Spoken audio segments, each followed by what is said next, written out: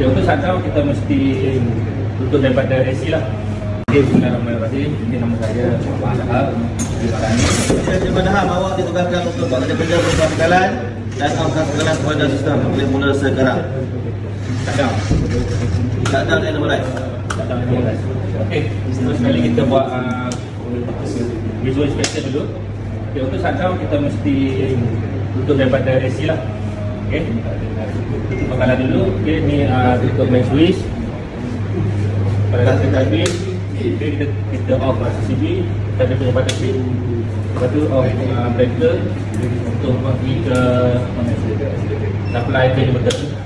Okay, center untuk DC combiner board, untuk pergi ke bahagian DC combiner.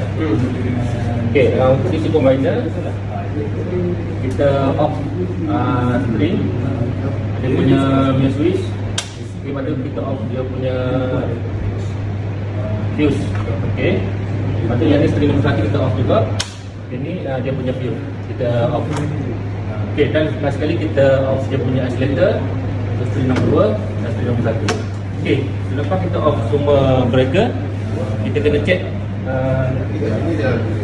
DC voltage lah, untuk kita pastikan dia ada bekalan masuk ke sistem dalam.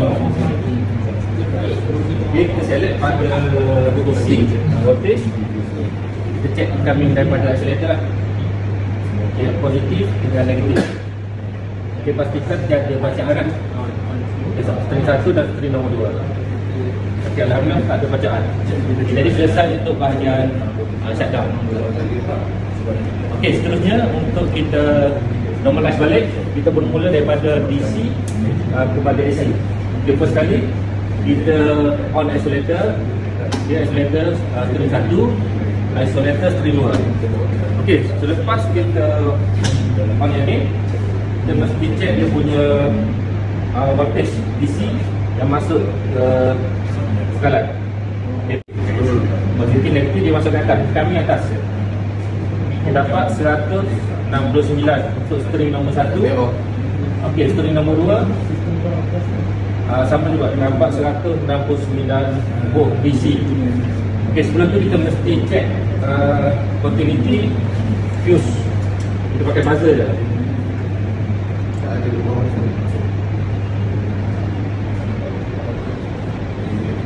Yo.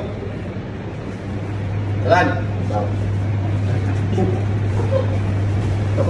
Okey, fuse dalam keadaan baik.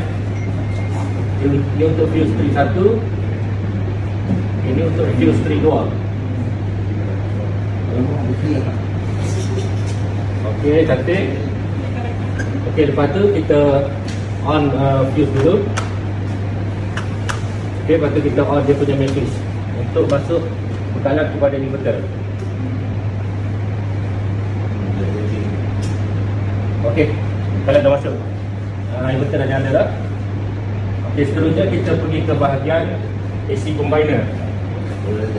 Okey, untuk AC combiner kita check bekalan daripada TMB. Tengok dulu berapa sebelum kita on.